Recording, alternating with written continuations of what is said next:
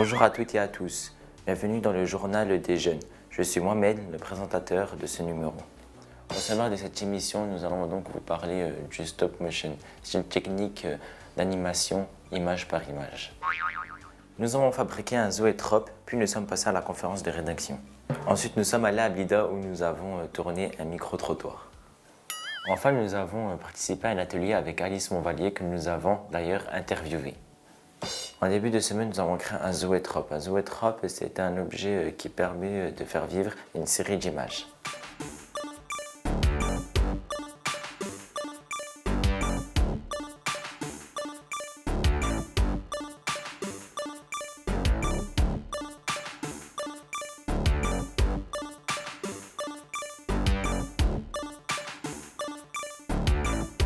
Ensuite, nous sommes passés à la conférence de rédaction où nous avons encore parlé du stop motion et de notre court-métrage.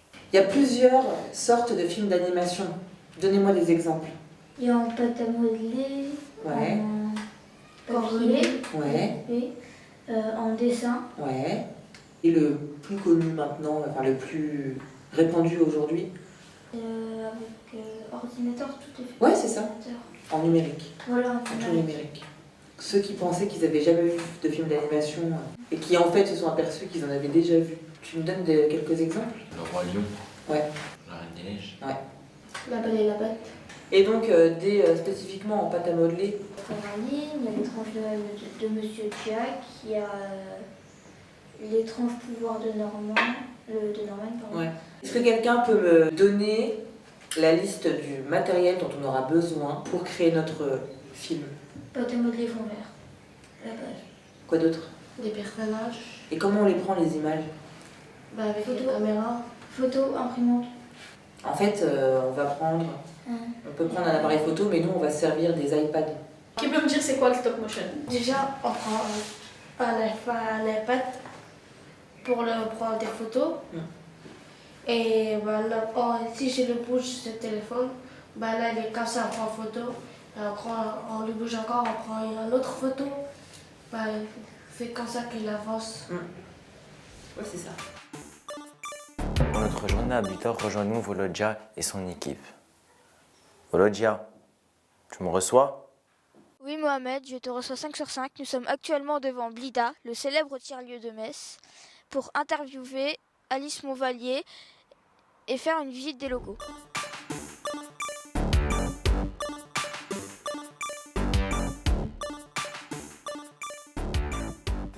Bonjour. Pouvez-vous vous présenter? Alors, moi je m'appelle Alice, j'ai 26 ans et je suis illustratrice depuis 2 ans et demi. À quoi consiste votre métier? Alors, moi je fais surtout du dessin et je travaille sur plein de projets assez variés. Je peux faire des fois des dessins pour des magazines, des fois des décors comme vous voyez un peu derrière. Et en ce moment je travaille sur une petite bande dessinée, mais là c'est plus un projet personnel. Et je fais aussi un peu d'animation. Quelle étude vous avez fait? Juste après le lycée, je savais pas trop quoi faire, donc j'ai commencé par faire un IUT de informatique et de communication, on va dire. Donc pas grand chose à voir, mais j'avais quand même pas mal de cours où j'apprenais un peu à me servir de tous les logiciels que j'utilise maintenant. Et ensuite, j'ai raccroché avec les Beaux-Arts de Metz, du coup, où j'ai fait 3 ans d'études. Est-ce que tous vos clients sont de Metz? Pas forcément, non. Je travaille. En fait, comme je travaille. Enfin, j'ai possibilité de travailler à distance, on va dire. Je travaille pas mal pour des clients à l'étranger, aux États-Unis par exemple. Mais après, j'ai quand même pas mal de clients messins. Enfin, c'est assez varié.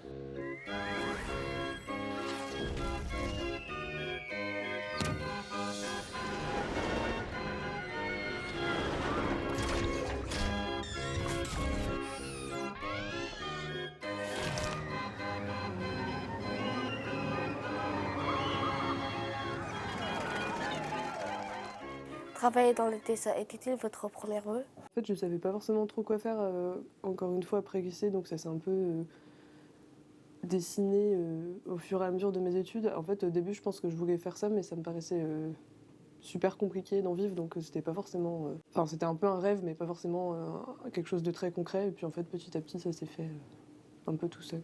Pouvez-vous nous parler de votre univers? Alors mon univers, c'est Surtout des personnages, plutôt des animaux ou alors des monstres, quelque chose de très coloré, d'assez marrant. Enfin, j'essaie de faire quelque chose de très joyeux, d'assez rigolo, et de mettre quand même des choses un peu plus personnelles dedans aussi, cachées par-ci par-là. Vous souvenez-vous de votre première commande? Alors, ma première commande, il me semble que c'était une affiche que je peux vous montrer après, que j'avais faite pour une association qui s'appelait Kikti, qui était une association qui faisait en fait des paniers culturels. Donc le principe c'était que les gens achetaient, je crois que c'était tous les 3 mois il y en avait un, une sorte de sac où dedans il y avait plein de produits culturels et des choses locales. Et donc j'avais fait une affiche qui était mise dedans et les gens repartaient avec. Voilà. Merci. Donc là en fait vous êtes dans l'espace qu'on appelle la Grande Serre. Donc c'est un peu la vitrine de Blida. C'est notre open space d'artisans. C'est-à-dire qu'en fait avant, donc vous voyez là par exemple il y a marqué 114, il y a marqué 113. C'était des lignes où on réparait les bus. Donc les bus où on les nettoyait, etc. Tout ce qui était un peu terme technique, ça se passait ici et dans la salle remarque d'à côté que vous voyez. Nous on a pris ces lignes et en fait on les a divisées en espaces, c'est-à-dire des espaces de 25, 50 ou 100 mètres carrés. Et on a installé des artisans, ce qu'on appelle des entrepreneurs culturels. Ça donne cet espace qui est un peu particulier, puisque vous allez aussi bien retrouver par exemple l'entreprise Cartonique qui fabrique des baby-foot en carton et des tables de ping-pong, que Triptych Game qui restaure des bords d'arcade, un street artiste, une association de court-métrage démonisé, etc. La Grande Serre, c'est un peu comme une immense colloque, c'est aussi pour ça que c'est la vitrine de Blida, puisque c'est un peu cette volonté de partage et de mélanger tous les talents.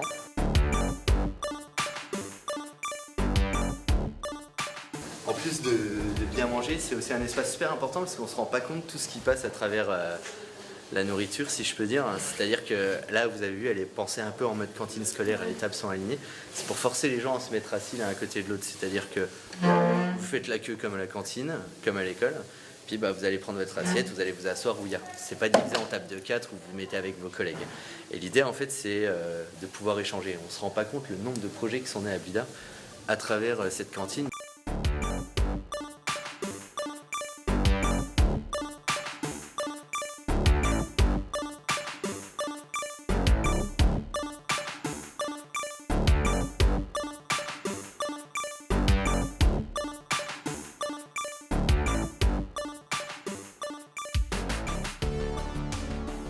La visite est terminée, maintenant studio, à vous l'antenne. C'est vrai que je ne connaissais pas Blida, j'ai appris plein de trucs. D'ailleurs, ils ont même profité de cette visite pour faire un micro-trottoir. Je vous laisse regarder. Connaissez-vous la technique du stop motion? Par exemple, dans Wallace et Gromit, des petits personnages en pâte à modeler. Et ils créent tous les personnages, les décors. C'est le principe de prendre une image en photo et plusieurs images en photo, image par image, de mettre ça bout à bout et à la fin ça donne un petit film quand on les passe rapidement. Je pense voir ce que c'est et connaître la technique du stop motion. C'est comme slow motion, c'est des films image par image, tout en photo. Qu'est-ce qui rend le stop motion plus facile d'accès? Et je pense que c'est parce qu'on peut le faire avec des photos et un appareil photo et pas juste une grosse caméra, ce qui est plus contraignant quand même. Donc, tout le monde a un petit appareil photo ou un smartphone. Alors c'est assez pratique parce qu'on peut filmer avec n'importe quelle caméra, un téléphone, en appareil photo. C'est qu'on n'a pas besoin forcément d'utiliser certains logiciels, c'est plus accessible. N'importe qui peut avec du papier ou des Lego réaliser des courts-métrages de stop motion. Il y a des applications déjà prévues qu'on peut télécharger sur son téléphone. Parce que maintenant dans l'ère du numérique, je pense que c'est plus simple pour tout le monde d'accéder à des techniques un peu plus compliquées comme le stop motion ou l'eye painting en photographie. Et on peut faire ça avec n'importe quoi, que ce soit du papier qu'on peut bouger image par image, ou des choses plus complexes comme de la pâte à modeler ou des choses en volume. Alors que si on faisait de l'animation plus traditionnelle, je pense que là on a besoin d'avoir des connaissances plus précises en animation. Est-ce que vous avez déjà essayé? Non, jamais, j'ai pas eu cette occasion. Peut-être que j'essaierai avec ma fille, elle adore faire de la pâte à modeler. J'ai fait 2-3 petits trucs en stop motion, c'était pas foufou. Je crois qu'on a fait une vidéo où on passe notre temps à être en l'air. C'est bon, on fait que des photos que quand t'es en l'air. Et on avait fait ça une fois. Oui, j'en ai déjà réalisé une fois lorsque j'étais à l'école. On avait réalisé un court dessin animé de 30 secondes en stop motion pour nous apprendre un peu ce qu'était l'animation. Dans le cadre de mon travail, je suis amenée effectivement à faire du stop motion avec des publics, principalement les enfants. Et ils vont effectivement créer des dessins animés en relation avec cela. Gros bisous à Borny Buzz et on est tous avec vous les copains. Plein de bisous.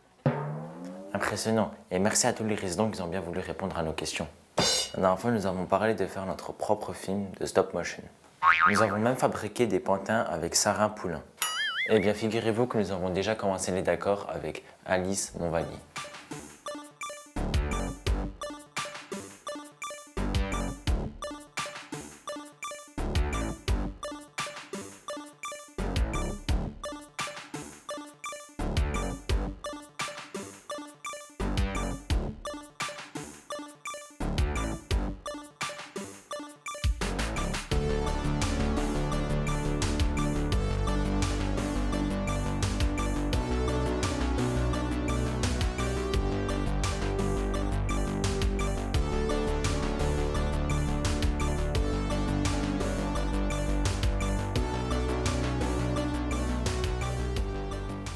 Franchement, ça va le faire.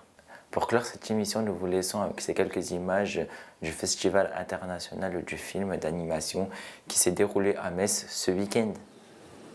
Tu vois, pour tailler un rosier, tu comptes les yeux.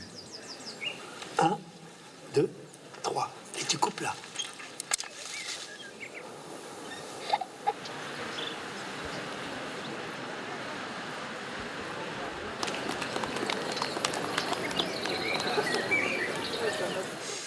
Merci à tous et à très vite pour un prochain épisode.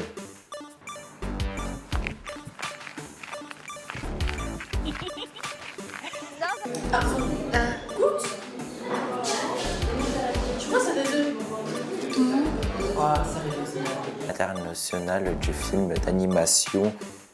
Pourquoi je me suis gratté le téléphone?